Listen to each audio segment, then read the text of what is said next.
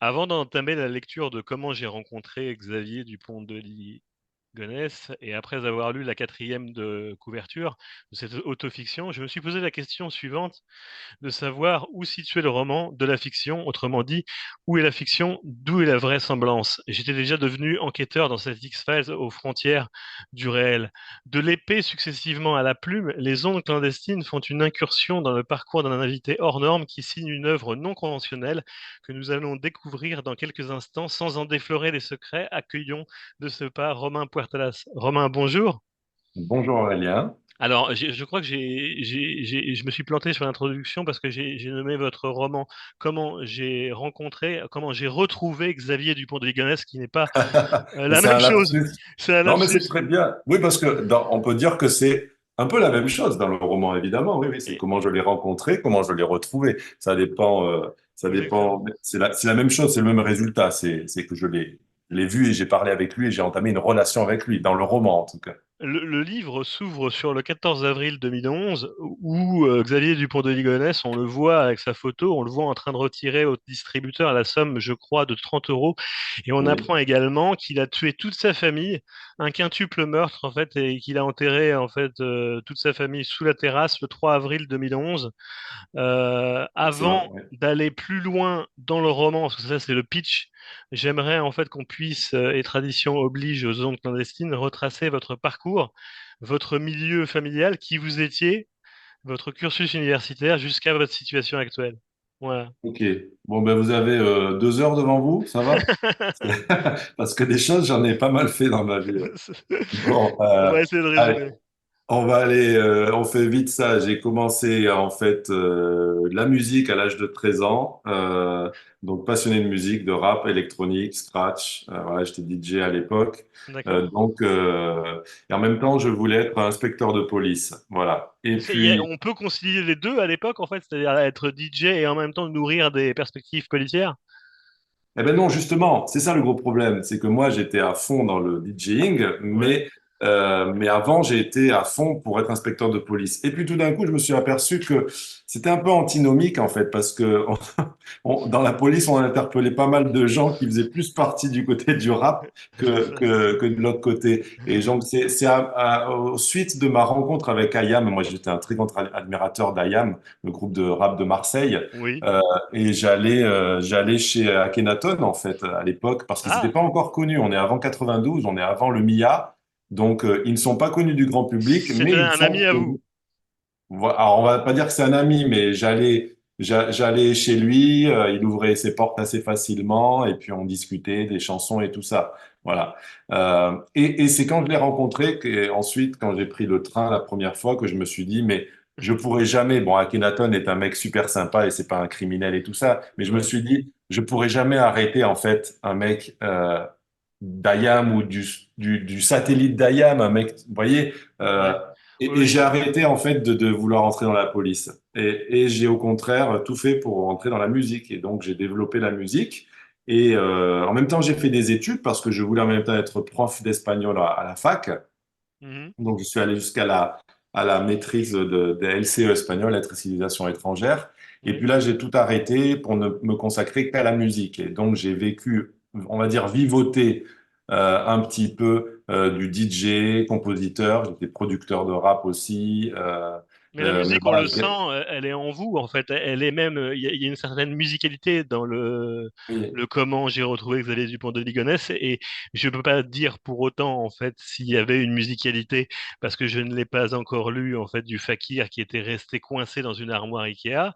Mais ouais. il y a quand même, Il y en a un fait, rythme. il y a un Il y a rythme. un rythme, et oui, comme vous dites, une musicalité, parce que j'ai toujours été dans la musique et dans les livres. C'est des choses qui m'accompagnent depuis petit. Depuis petit, j'avais un orgue, un synthétiseur, et je créais mes propres musiques. Et vous Moi, je aimez suis Jules pas du Verne. genre. Comment? Vous aimez Jules Verne.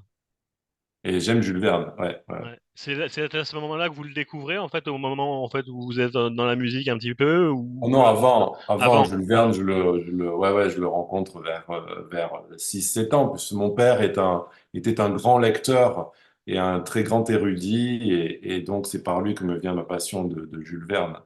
Et Et là, Donc vous voilà. avez quel âge quand vous faites de la musique là sur... Alors la musique, c'est alors vers 11 ans, 12 ans, je prends mes premiers cours de solfège et de synthétiseur. Et là, j'achète un synthétiseur, ou on me l'offre à Noël, je ne me rappelle plus, et je compose directement mes propres musiques. En fait, je suis pas du genre à jouer les trucs des autres, vous voyez? Je compose déjà directement. Il reste encore des reliques sur YouTube ou non, en fait, Alors ça, quelques... non, ça c'était sur des cassettes. J'ai Ok. enregistré sur des cassettes à l'époque et j'ai plus ces cassettes-là, malheureusement. Non. Ah, c'est dommage, c'est dommage. Ouais, Si c'est seulement on dommage. savait. Oui, oui, oui. Entendu. Mais en tout cas, on voit déjà donc, que très jeune, j'ai la créativité qui est en moi, puisque je commence aussi à écrire. Donc, je commence vraiment à écrire vers 10 ans, hein, ou même avant, des petits livres, des histoires. Donc, j'ai vraiment quelque chose qui Donc crée la tout le temps. plume, ça, c'est quelque chose que vous avez découvert aussi très jeune. Ouais, voilà, ouais, ouais, ouais. Écrire et faire de la musique, c'est quelque chose que je fais depuis très jeune et qui m'a toujours accompagné dans ma vie. Et après Même si, 18 ans, passer le bac, en fait, vous vous orientez sur des études conventionnelles ou... ben voilà, pour maîtrise de lettres et civilisation étrangère espagnole. D'accord. Donc, c'est les lettres espagnoles, Donc là, du littérature coup, et vous aviez quand langue. même l'intérêt d'être écrivain à ce moment-là. Vous nourrissez déjà des perspectives? Ah non, jamais, je n'ai jamais voulu être Non, écrivain, non. non, Je non. pensais pas qu'on pouvait être écrivain. Vous savez, moi, je lisais Boris Vian, Jules Verne, Agatha Christie, tout ça. Mais jamais je pouvais penser que c'était un métier, en fait. Ça m'a jamais traversé l'esprit que ça puisse être un métier, écrivain. Euh, pour moi, c'était comme ça. Moi, je lisais et j'écrivais mes petites histoires. Et puis, il y avait les écrivains, voilà, il y a Zola, Victor Hugo. Mais jamais j'ai prétendu à ça. Jamais j'ai aspiré à être écrivain. Jamais. Et donc, je Et continue dans la musique, voilà. oui. Et puis, à un moment donné, je commence à en avoir marre de rester 8 heures par jour à faire du scratch. Et en Ouais. fait, je me dis, on peut pas vivre. Je vivais pas très bien de ça. Mes parents continuaient à m'aider. Je faisais des soirées sur Grenoble. Je gagnais un peu d'argent. Je faisais des Ouais. trucs chez Vous Sony Music. vivotiez. Mais voilà, en vivote, j'avais pas un salaire tous les mois. Heureusement qu'il y avait papa, maman pour m'aider. Et il y a un jour d'un coup, l'éclair de maturité, on va dire, et je me dis, je ne peux pas vivre comme ça. Je ne peux pas vivre sans gagner mon argent, Ouais. C'était si je trop veux avoir des enfants. insécure, en fait, comme, C'est comme... ça, ouais. Je me dis, je veux avoir des enfants, je veux avoir une femme, je peux pas passer ma vie à scratcher pendant 8 heures par jour, c'est pas possible. Donc, je m'en vais en Espagne, en fait. Je vends tout mon matériel, je le vends, je donne tous mes disques, ce que je regrette amèrement d'ailleurs, Ouais. parce que j'avais des perles, j'avais tout le rap depuis sa naissance, en fait, hein, puisque j'ai Ah, suivi le rap par sa naissance, et c'était j'ai tout donné à mes potes, voilà, donc j'ai tout bon, perdu, en fait. généreux. En même temps, généreux. Ouais, ouais, ouais. Et maintenant, je m'en mords les doigts parce que ils ont beaucoup de valeur maintenant. Vous savez, ces Pourquoi disques-là. Mais l'Espagne? Pourquoi l'Espagne, en fait? l'Espagne, parce que j'y allais tous les étés depuis très petit avec ma maman. Et en fait, j'ai la qualité de vie de l'Espagne m'a interpellé. Et et j'ai voulu tout quitter pour partir en Espagne, dans ce pays où il fait beau, renaître, parler espagnol, Ouais. devenir quelqu'un d'autre, changer d'identité, on va dire. Changer de vie, en fait, il y a une césure, en Ah, fait, où vous coupez avec l'univers de la musique pour pouvoir faire autre chose. ouais, c'est ça. Et donc là, comme mes compétences sont linguistiques et comme j'ai des diplômes en langue et tout ça, eh bien, je deviens en fait professeur de français à Barcelone. Mais aussi professeur d'espagnol pour les Français, les touristes français qui viennent, donc dans les académies Berlitz, et Mhm. puis accessoirement prof d'anglais aussi voilà. Et, et là, je passe des épreuves je passe le français langue étrangère, la maîtrise de français langue étrangère pour avoir un diplôme vraiment de français langue étrangère. D'accord. Donc, pour vraiment être prof de français. Et puis après, je déménage beaucoup de fois. Et après, je passe à autre chose. Je passe à l'aviation. Je me passionne pour l'aviation. Vous êtes un touche à Euh, tout, quand même. En fait, ouais, ouais, il y a un ouais. côté curieux, C'est mais ça. Ouais, curieux de faire des études, d'apprendre des choses. Donc, je parce vais que être contrôleur aérien. Euh, d'accord. Ah Et oui, donc pour ça, ben, je commence à travailler comme steward à l'aéroport de Barcelone et j'étudie pour être contrôleur aérien. Puis après, je pars un an en Angleterre pour bien apprendre l'anglais. et vous l'avez été, en fait, contrôleur aérien ou non? Non, c'est Vous êtes arrêté? le seul truc que j'ai pas eu dans ma vie. De chaque fois que je me suis proposé un truc, je l'ai eu, mais contrôleur, c'est le seul truc que j'ai pas eu. Ouais, D'accord. j'ai raté le concours et puis après, il y en a plus eu et puis je suis passé à autre chose. Mais j'ai travaillé dans le contrôle aérien dans les bureaux, on va dire, dans les projets Ah européens. oui, Pas d'accord. devant un radar, pas devant un écran, quoi. Hmm.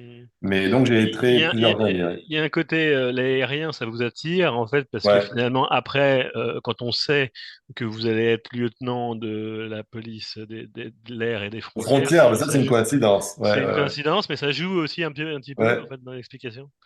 Non, c'est marrant. Ben oui, effectivement, l'aviation. Donc, je travaille beaucoup dans la navigation aérienne, la direction de navigation aérienne en Espagne. Et puis, à un moment donné, je vois que je peux plus évoluer dans l'entreprise parce que je ne suis pas ingénieur aéronautique. Tous mes copains sont ingénieurs aéronautiques, moi non. Donc, je peux plus évoluer. Et là, je me dis, bon, et qu'est-ce que je vais faire maintenant que j'ai fait le tour? Et là, je reviens à mes premiers amours, qui est ben, inspecteur de police. Et donc, je regarde le concours. Ça s'appelle lieutenant de police. Et je passe le concours. Je ne l'ai pas la première fois, mais comme je ne l'ai pas de très, très, très, très peu, de 0,00001 point. La Je police, me dis, pourquoi en ouais, fait, pourquoi la police par exemple? Il y avait un autre corps comme bah, la c'est l'amour. gendarmerie, mais la police C'est c'est bien. l'amour de la police, c'est l'amour de l'inspecteur de police, des enquêtes, Ouais, c'est ça. c'est ça Il y a un côté, quand on vous écoute, en fait, un côté fantasque aussi ouais, dans le milieu. C'est très prestigieux d'être fonctionnaire de police. c'est ça. Mais J'avais, en même temps, ouais, c'est nourri, en fait, par des séries, des films, tout un exactement. imaginaire, en fait. Tout un Et quand imaginaire. on arrive dans la police, on se rend compte que c'est pas ça, dans la Non. vérité. C'est beaucoup plus, et ouais, moi, ça m'a beaucoup attiré par l'extérieur. Mais vous savez, à ce moment-là, quand je passe le concours de lieutenant de police, je passe aussi les examens pour la DGSE. C'est-à-dire que je vais à Ah, oui. Boulevard-Mortier et je suis pris comme traducteur-interprète d'espagnol. Et là, je vois aussi que c'est pas James Bond, vous voyez. Non, Euh, non, non, c'est J'avais une plus. vision aussi très erronée de la réalité. Vous enlevez Et les donc, fantasmes.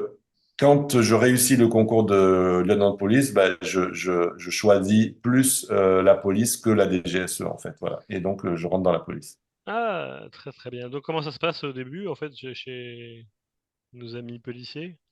Bah, très bien. Bah, au début, vous avez l'école, hein, donc Ouais. voilà. Et puis après, vous avez les stages à Marseille. Pour moi, c'est merveilleux. Je peux découvrir tous les services. Je fais des stages dans tous les services de police. Donc, on Vous a tournez. vraiment une vision, voilà, une vision globale, CRS, judiciaire, mœurs, n'importe quoi, que vous faites tout, quoi. Sécurité publique, BAC. Là, Euh, ça vous a aidé votre expérience de policier, en fait, dans l'art d'écrire, en fait. oui, mais dans ce livre-là, évidemment, Ouais, oui, puisque aussi. vous avez vraiment une enquête policière, ouais. Mais dans d'autres livres, non, pas forcément, mais dans celui-là, oui, évidemment. Et puis vous arrivez en fait au succès finalement. Vous commencez à Et écrire. puis, alors, oui, alors après, je rentre dans un service à la police aux frontières, justement. Après Ouais, l'école, j'ai la chance d'intégrer vraiment un super service, un office central. Ça, c'est énorme. Un office central qui lutte contre l'immigration illégale, qui s'appelle à l'époque OCRIEST, qui vient de changer de nom maintenant. très bien. Et là, bah, super heureux, hein, parce que je fais beaucoup de diplomatie, j'utilise mes langues, je vais beaucoup en Pologne, je vais à Washington, je vais Ah, en génial, Albanie. c'est finalement le poste en fait qui convient pour nos jeunes en fait qui veulent s'engager dans les forces.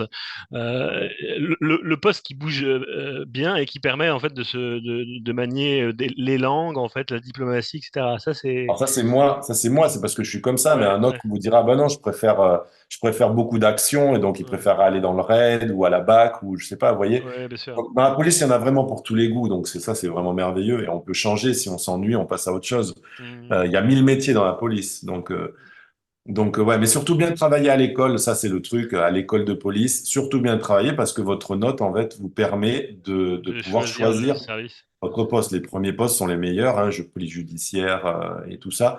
Euh, et donc j'ai pu voilà choisir un super poste et voilà donc j'ai été à l'Ocriest. Et puis ensuite mon patron qui s'appelait Jean-Michel Fauvergue part à la DCPAF qui est vraiment la direction centrale de la police aux frontières, c'est-à-dire dans Paris, rue de Penthièvre.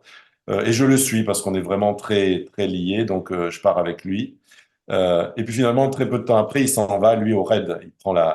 Il prend la direction du RAID. Voilà. Mais moi, je reste à Mhm. la direction centrale de la police aux frontières. Et donc Et jusqu'au jour, voilà, où j'écris un bouquin qui s'appelle Le Fakir, en ouais. allant au boulot, et qui change complètement ma vie.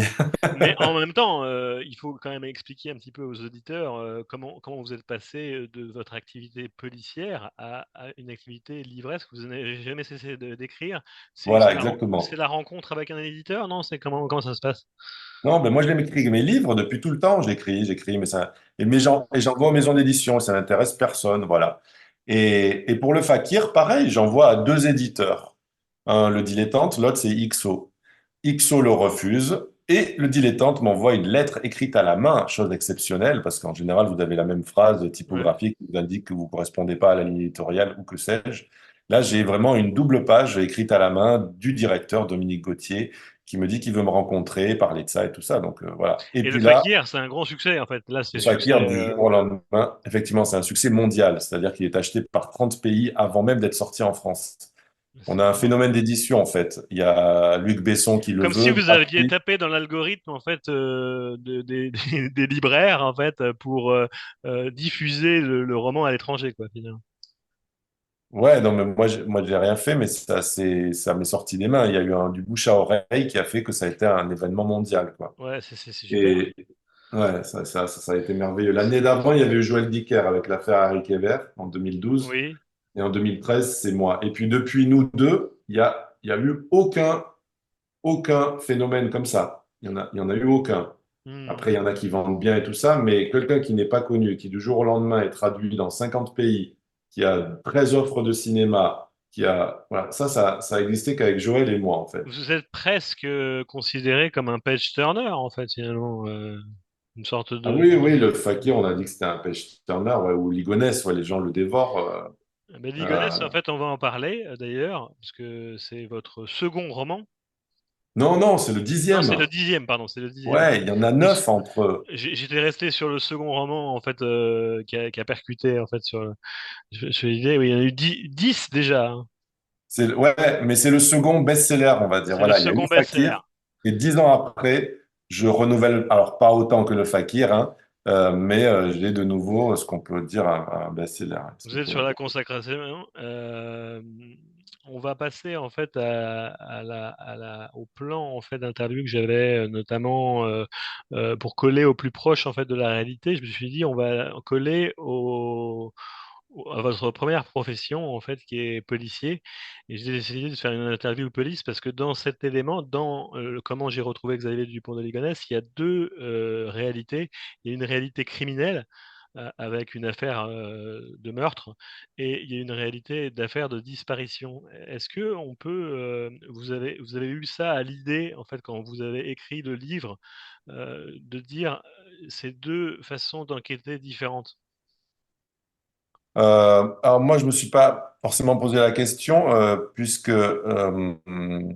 on va dire que la seule chose, on n'a pas à enquêter sur les assassinats, si vous voulez. On Oui, n'a pas à enquêter en ce sens que, enfin, pas à enquêter, je veux dire, c'est pas très rapide. directement. Ouais. Voilà, on sait, nous pertinemment policiers, on sait que c'est lui qui a fait ça, hein, il y a pas à Mm. tergiverser. Donc pour nous, ça c'est bouclé. Ce qui nous intéresse, nous, c'est la disparition, c'est-à-dire de le retrouver. Voilà. L'enquête, en fait, est basée uniquement sur la disparition.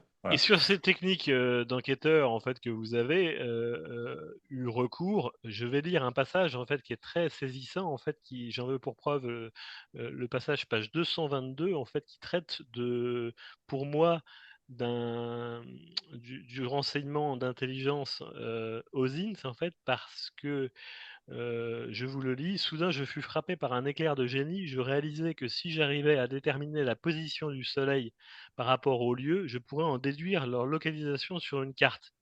Ouais. Et ça, c'est extrêmement contemporain. Est-ce que vous savez que c'est de l'osine, ça? Oui, oui, je pense que, en fait, Ah non, alors oui, quand j'ai vu sur le petit papier que vous m'avez envoyé, ce oui, mot OSINT, j'ai c'est pas compris, je sais c'est pas de du tout ce l'open que c'est. source, c'est de l'open source intelligence, c'est du renseignement en Ah, source ouverte. C'est-à-dire qu'à d'accord. partir, Ouais, en fait, d'une photo, oui. vous allez retrouver les éléments qui marquent sa géolocalisation. Voilà. Et Ouais, ça, c'est une technique de ZINT en fait en renseignement qui est très très utile. Et notamment le logiciel en fait que vous utilisez, que j'ai noté aussi, qui s'appelle Shadow Calculator, ouais, est utilisé aussi par les OSINTers en fait pour déterminer ces éléments-là. Donc d'accord, ok. j'ai trouvé que c'était extrêmement contemporain et, et, et vachement bien foutu en fait dans le livre. Ah, ben, vous savez, oui, effectivement, mon livre est un mélange, si vous voulez, si on parle d'enquête à proprement en parler, est un mélange de sources fermées et sources ouvertes. Effectivement, le mot source ouverte, moi, je l'ai appris par mon passage dans la DGSE, Oui, puisque je faisais énormément de traductions d'espagnol sur sources ouvertes, ouais, et c'est-à-dire celle qui est accessible à tout le monde, les journaux, Internet, voilà, celle que tout le monde peut avoir. Puis ouais, après, vous avez la source fermée, qui est celle d'accès restreint. Par exemple, dans la police, ce seraient les procès-verbaux, ce seraient les contacts police, ce serait des choses comme ça. Donc, mon livre est effectivement basé sur ces deux techniques, puisque j'ai à la fois, en étant policier, accès à la source fermée, et puis j'ai aussi, en tant que personne, être humain, on va dire normal, lambda, accès à la source ouverte. Et donc, ouais, vous savez, dans cette affaire de Ligonnès, tout le monde s'est aussi un peu improvisé détective, et on a vu exactement. des groupes se former sur Facebook, on a vu des Ouais, hackers retracer les conversations effacées sur Internet et tout ça. Donc, effectivement, il y a énormément de choses qu'on peut faire déjà en source publique, ouverte. c'est ça. Et, En fait, ouais, c'est un outil, en fait, votre livre, un outil à l'enquête, ouais, si on veut. parce que on le prend, en fait, et on sait qu'à chaque page, en fait, qu'on tourne, et ben, il va y avoir, en fait, une nouvelle information. C'est un petit peu James Ellroyen, en fait, comme roman. À chaque fois, que les phrases, en fait, sont ciselées avec une précision policière. Donc, Ouais. Mais vous du coup, savez, oui, ouais. Non, Aurélien, pour rebondir sur ce que vous dites, par exemple, dans le Google Maps, et j'en parle, vous avez cette fonction de datation, vous savez, de oui, revenir dans le temps. Ça, il n'y a pas exact. beaucoup de gens qui le savent, mais on peut voir si la caméra, si la voiture de Google est passée dans le coin il y a 10 ans, eh bien, vous pouvez voir cette image d'il y a 10 ans. Et ça, c'est très important maintenant. C'est comme ça que, par exemple, maintenant, vous pouvez voir la zone de Roquebrune-sur-Argent telle que Ligonès l'a vue en avril 2011, quoi. Et vous disiez en fait que Xavier Dupont de Ligonnès était reconnu par un certain nombre de personnes en France, mais dans le monde aussi. On Oui, oui, oui. imagine que les autorités et la presse en fait font état d'une liste incommensurable, Plus de 1000, ouais. plus de 1000, ouais. Et du coup, j'ai noté page 48 en fait un élément sur John List. Ouais. John List, ça m'a plu en fait ça dans le livre parce que la police américaine avait finalement arrêté ce vendeur d'assurance qui 18 ans plus tôt, alors qu'il était couvert de dettes, avait tué toute sa famille dans des conditions similaires. Et Oui. ainsi de suite et ainsi de suite. Il y a en fait une similitude très vite écartée, mais quand même. C'est-à-dire qu'en fait c'est assez troublant. Ah oui, non, non, non, pas une similitude écartée. Il y a c'est la même chose. Ligonès a fait la même chose. Ah Il oui, a tué sa famille. Il a tout fait pour qu'on ne découvre pas les corps. Il a tout fait pour préparer une fuite. Il est parti et là, il vit ailleurs.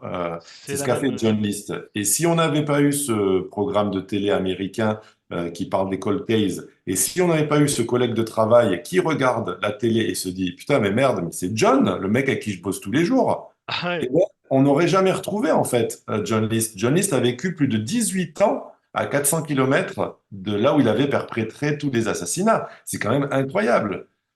Il s'était remarié, il avait refait sa vie, voilà. Et je pense la même chose pour Ligonès en fait. Et je pense que si on le retrouve pas, il mourra de manière anonyme quelque part dans le monde. Ça c'est évident. le profil psychologique de Xavier Dupont de Ligonnès, en fait, j'avais noté un élément intéressant, en fait, que vous notiez,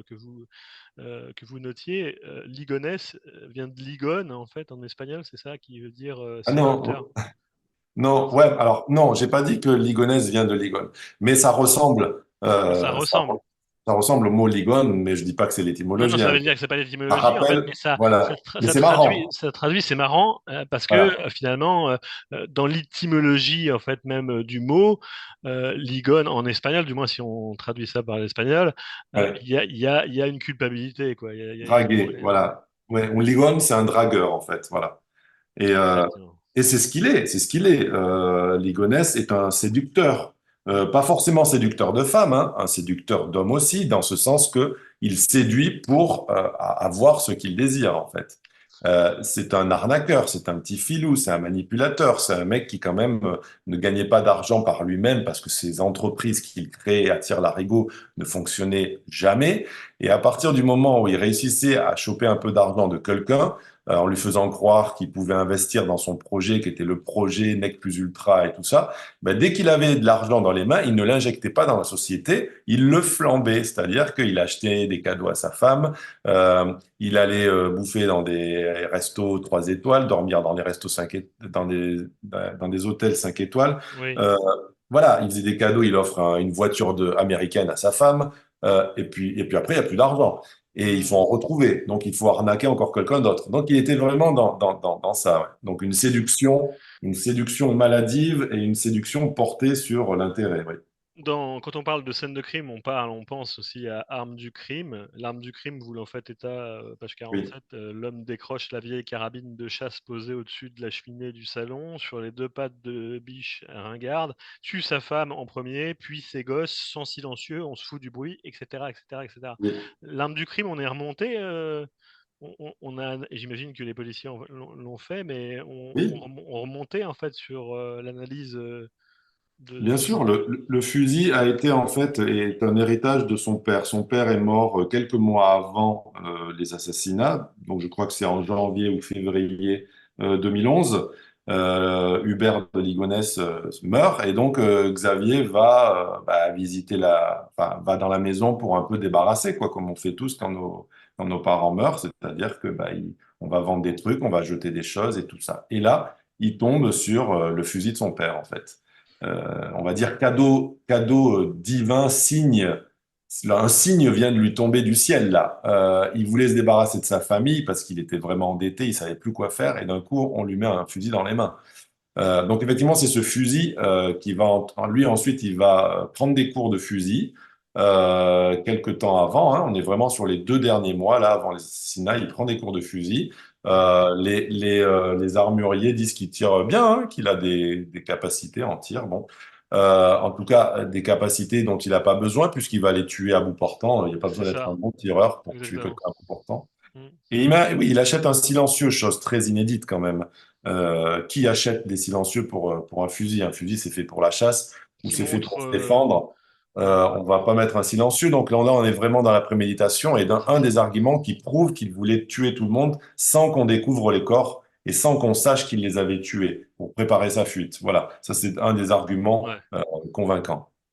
Alors, il y a un élément aussi que j'ai noté dans le roman, c'est l'importance des lieux, les lieux, la topographie, la géographie. En fait, tout ça, ça a été pensé, ça a été vraiment super bien agencé. J'ai noté qu'à chaque lieu en fait que vous avez, eh ben, il y a une connotation symbolique à chaque lieu. En fait, par exemple, Nantes, c'est le lieu des meurtres, Ouais. mais aussi en fait la naissance, euh, le lieu de naissance de Jules Verne. Ouais. Ensuite, il y Oui. a par exemple la caisse d'épargne. En fait, on relie en fait les lieux à des éléments contextuels en fait très forts. Et donc du coup, ils en ont. Il y a un côté quand vous décrivez par exemple l'Espagne ou autre bucolique en fait qui est intéressant. Oui, Est-ce ben que là, c'est plus mon côté écrivain que policier, vous c'est savez. ça? Et j'ai voulu le Voilà, noter parce que exactement. c'est pas donné. On a vraiment en fait les deux aspects qui sont Oui, parce que dans nommés. un procès verbal, on est très factuel. On va pas mettre les assassinats se sont commis à Nantes, ville de naissance de Jules Verne et berceau de machin. Vous voyez, ça c'est l'écrivain qui se permet ça d'associer, d'ancrer en fait les lieux à d'autres choses, Ouais, d'autres ouais. références littéraires ou autres. La deuxième partie de l'enquête au roman, en fait, qui débute, comment on démarre un roman policier, en fait. C'est-à-dire que est-ce que c'est finalement comme Truman Capote avec 200 froid, euh, on a une affaire, une petite affaire, et on sent en fait que cette affaire-là va devenir un non-fiction novel, comme pour Truman Capote. Non, pas du tout, puisque quand je commence, moi, ça commence par une enquête en fait. Ouais, Une exact. véritable enquête à partir de 2011, à partir des faits, dans laquelle je commence à me poser des questions parce que bon, je pensais qu'on allait le retrouver tout de suite, hein, les pistes étaient encore fraîches, mais les mois passent et puis là on voit que ben, non, qu'on ne le retrouve pas. Et c'est là que je commence à m'intéresser et à faire ma propre enquête à moi. Je suis vraiment pas dans une idée de Ouais, livre, puisque ouais. moi, je ne suis même pas publié à l'époque. Il faut savoir que mon premier livre publié, c'est Le Fakir, c'est en 2013. Donc là, on est en 2011 et là, c'est une véritable enquête de police, on va dire. Enquête de police, c'est comme on a dit avant, enquête de personnes lambda, c'est-à-dire que je fais effectivement mon enquête dans ces deux optiques, en source ouverte, source fermée, comme on dit. Exactement. Et, euh, Mais vous et écrivez en fait euh, vous écrivez sur votre double finalement. non, mais alors ça, c'est bien plus tard. Voilà, au début, vous avez vraiment une enquête policière et tout. Ouais. Et puis ensuite, en 2019, c'est quand, effectivement, à côté de chez moi, je vois un type qui ressemble beaucoup à Ligonès. Et je Hmm. me dis, bah oui, ça pourrait être parce que Ah ouais. mon voisin loue un Airbnb, parce qu'en Espagne, on connaît pas cette affaire, vous savez. Donc c'est Hmm. un bon endroit. Et c'est là qu'en fait, j'ai un roman. Parce que ce n'est pas lui, c'est pas Ligonès qui est à côté de chez moi. Mais un roman me vient à l'idée où je me dis, qu'est-ce qui se passerait, qu'est-ce que je ferais si c'était vraiment lui là? Et là, je reprends ma véritable enquête. Et c'est là que naît le livre. Le livre naît en 2019, en fait. Et il existe deux types de peurs, j'ai noté dans le roman. Il y a une peur en fait d'être retrouvé et une peur qui vous retrouve. Je parle de l'écriture une peur qui vous retrouve. Il y a ces peurs-là sous-jacentes en fait qui me semblent intéressantes de noter. Alors, qu'est-ce que vous en pensez? Ouais, ouais, ouais, non, ben, ouais. Mais vous savez, bon, moi, je pars pas du principe que Ligonès est un homme dangereux. C'est pas un criminel. Il a aucun contact au grand banditisme. Voilà, c'est un mec normal entre guillemets qui un jour s'est trouvé dans la tessiture de ne pas avoir d'autre choix, pour lui en tout cas, hein, de tuer toute sa famille. Comme je dis, moi, pour moi, tout le monde est un assassin en puissance. On est tous des assassins potentiels. Ouais. Il suffit juste de nous mettre les circonstances pour qu'on tue. On voit ça tous les jours, hein. Hmm. Donc, ouais, on disait toujours, le voisin, il était si gentil. Oui, ben, il était si gentil jusqu'au jour où il en a marre et qu'il bute quelqu'un. Voilà. Donc, Ouais. on est tous des assassins en puissance. On a Donc, tous voilà, en nous pour le moi, il crime. était. Comment? On a tous en nous le crime. Oui, exactement. Donc, il n'était pas assassin avant, il ne sera sans doute pas assassin après, il l'a été à un moment donné. Mais il y a, oui, on y pense, une peur qui est comme ça, très primaire. On se dit, bah, il va venir me chercher pour me tuer parce que je commence à devenir quelqu'un d'inquiétant, parce que j'enquête sur lui, parce que je machin et tout. Mais vous savez, maintenant, je fais un peu plus attention, puisque le livre a beaucoup de succès là. Et Ouais. c'est vrai que ça pourrait arriver à ses oreilles, parce que je pense que s'il n'est pas con, et il l'est pas, moi, si j'étais à sa place, je taperais mon nom de temps en temps sur Internet pour voir ce qui se passe, Ce qui quoi. se passe, oui, Euh, oui, je pense exactement, il a en fait source ça. ouverte, justement. Vous, vous Et pensez qu'il existe toujours, il est toujours vivant. ah ben, alors, je pense que s'il n'est pas mort de maladie, s'il n'est pas mort d'accident, si finalement il ne s'est pas suicidé au bout de 10 ans en se Ouais. disant, merde, ma vie de maintenant est plus merdique que celle que j'avais avant, effectivement, tant qu'on n'a pas de cadavre, il est vivant. Ça, c'est une évidence pour moi. Tant qu'on n'a pas la preuve du contraire, il est vivant. Est-ce Donc, que, je vais revenir sur le romancier, en fait, vous pouvez nous dire un peu plus sur vos goûts littéraires, policiers? Qu'est-ce qui vous a inspiré, en fait, quand vous avez écrit Comment j'ai retrouvé Xavier Dupont de Ligonnès? bah, en fait, je me suis alors inspiré, pas inspiré pour ce livre-là, mais c'est quelque chose que j'ai en moi. C'est la première fois que je fais de l'autofiction, c'est-à-dire que c'est la première fois en 10 livres que je me mets vraiment que je deviens un personnage du livre, on va dire. Voilà. Ouais, ouais. Parce que ouais, il y a mes véritables enquêtes qui étaient vraies et donc je l'ai mise dedans.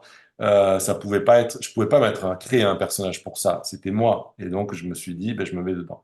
Et en fait, l'autofiction, c'est quelque chose de très français. Moi, j'adore les livres de Michel Houellebecq, d'Emmanuel Carrère, de Philippe Jaénada, de Mais vous Mathilde aimez aussi Arnaud. ceux de Harlan Coben et Stephen King, en fait, que vous... Alors, Harlan Coben, non. Harlan Coben, Non. je vous avoue, j'ai lu le livre qu'on a retrouvé sur la table de chevet de Ligonès Oui, euh, pour voir s'il y avait quelque chose dedans. Effectivement, j'ai trouvé plein de similitudes, mais je l'ai lu dans une optique professionnelle, hein. Je l'ai lu oui, vraiment pas comme un par lecteur. obligation. Parce que non, je suis pas très Harlan Coben, non. Non. Et Stephen Et par King? contre, Stephen King, oui, j'aime beaucoup Ouais, Stephen parce que King. vous citez, en fait, le pistolero au tout début de votre Oui, ouais, roman. Et ouais. ça, j'ai beaucoup aimé parce que j'aime beaucoup aussi Stephen King. Ben, le Euh, Gunslinger, c'est quelque chose qui est pas connu, qui est connu que des fans de Stephen King, quoi. exactement, C'est exactement. vraiment un clin d'œil et ça allait super bien avec le fusil de son père, quoi. Exactement. Qu'est-ce que vous aimeriez dire à Xavier Dupont de Ligonnès si vous le croisiez vraiment? Alors, moi, je vais rien lui dire. C'est vrai, on me pose beaucoup la question. Moi, si je croise vraiment Xavier Dupont-de-Ligonnès, c'est-à-dire que je suis sûr que c'est lui et tout ça, on va pas être dans une optique de rencontre et de parler. C'est-à-dire que moi, je vais tout faire pour l'interpeller. Ça, c'est mon côté flic Ouais, euh, qui fait que je vais l'interpeller. Ou alors, je vais tout de suite appeler les collègues ou que ce soit et mettre en place l'interpellation, le suivre pour le loger, comme on dit dans la police, savoir où il habite et tout ça. Voilà, donc vraiment, je suis moi dans une optique d'interpellation. Ensuite, on peut parler, effectivement, la première question que je lui poserais, ce serait qu'est-ce qu'il a fait depuis hmm, le 15 avril 2011, voilà, exactement, jour pour jour, où il est allé, voilà, c'est ça qui m'intéresse, c'est son itinéraire, en fait. Voilà. ouais, comment as-tu fait pour vivre autant de temps avec 30 euros, quoi?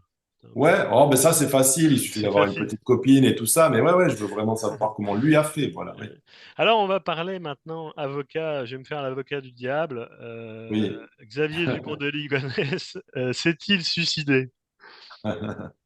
Euh, alors, en tout cas, à l'époque, hein, parce que je parle à l'époque, il s'est peut-être suicidé hier, vous savez, j'en sais rien, et personne n'en sait rien.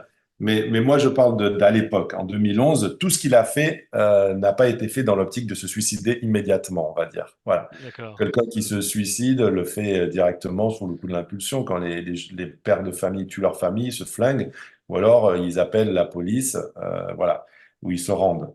Mais on a très peu de cas de quelqu'un qui fait ce qu'il a fait lui, et on revient à John List, dont on parlait avant, qui a fait exactement la même chose dans l'optique de refaire sa vie ailleurs. Donc, on n'a que des arguments, et dans mon roman, j'ai mis dès le début tous les arguments, je donne tous les arguments au lecteur pour qu'il voit que ce qu'il a fait, non, ce n'était pas fait pour se Hmm, suicider.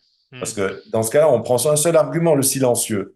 Ça sert à quoi d'acheter un silencieux si vous butez toute votre famille et que vous voulez Oui, vous suicider après? Ça, ça sert à rien. ça rime à quoi? À rien du tout. C'est vrai.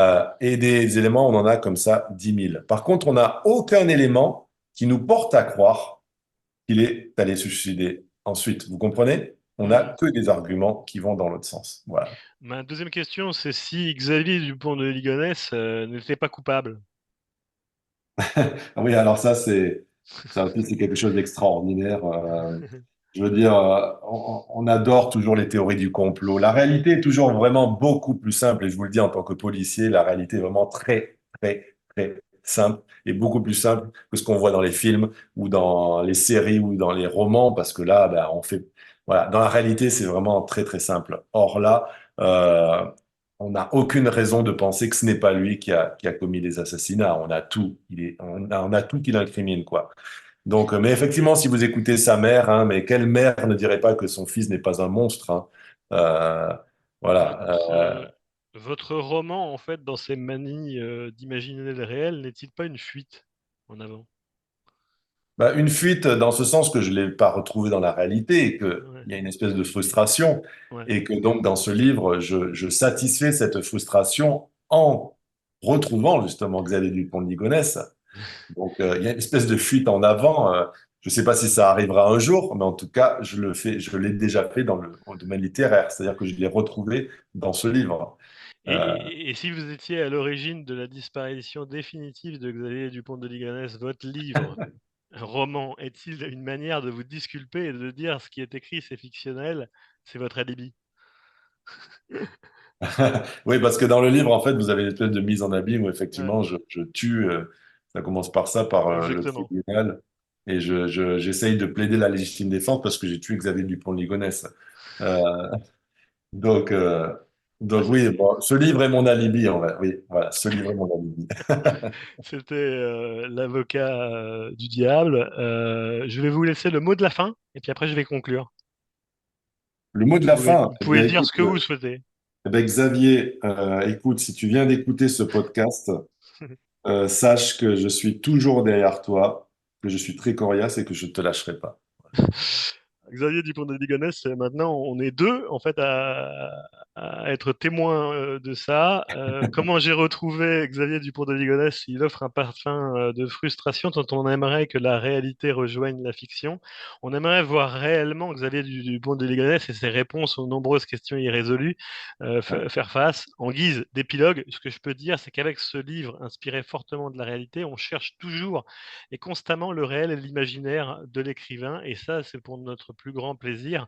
Je terminerai cette émission par cette citation d'un autre écrivain espagnol, de Michel del Castillo, dans La Nuit du décret, qui dit que tout romancier, dans ses manies, ses recherches et ses enquêtes, n'est-il pas un policier qui s'ignore? Avec Romain, la réciproque n'en est que plus vraie. Et je le remercie chaleureusement. Merci Et je beaucoup vous donne Aurélien, ça a été rendez-vous. Ouais. un plaisir. Merci. Et je vous donne rendez-vous dans un prochain volet des univers de la sécurité. Merci. Voilà, merci beaucoup. Au revoir. Au revoir.